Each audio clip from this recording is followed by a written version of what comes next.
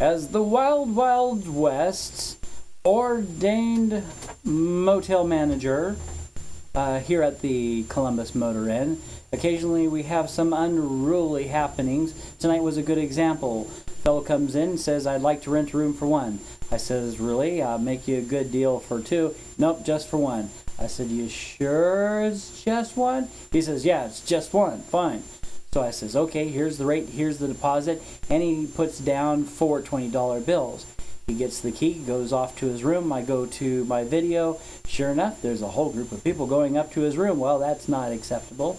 So I immediately call up his room and I say, "You know, this is not gonna work.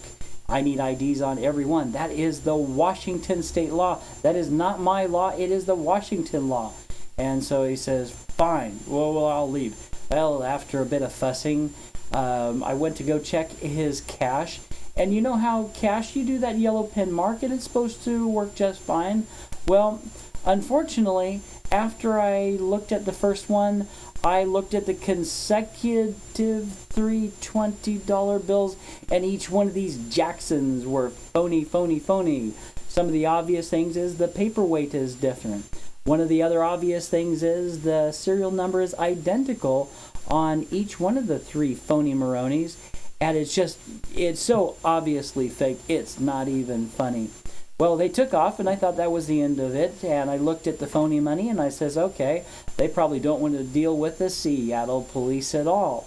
But about 15 minutes later, the dude comes back, and he says, "So what's the deal with the room and the visitors thing?" And I said, "Mister, you don't even want to deal with this. You gave me 3 counterfeit Jacksons, and I'm the guy that's going to call the police, and they're going to pass it right on to the feds. So let's go like this." And I picked up the phone, and I says, "I'm dialing 911. You have as much time as you need to get off my property, because I'm going to start by telling the police that you passed me counterfeit bills."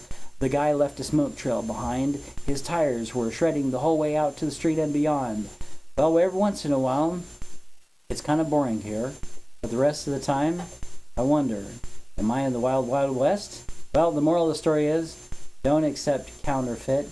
Know the real thing, and spend wisely. Merry Christmas to one and all from both Alice and me.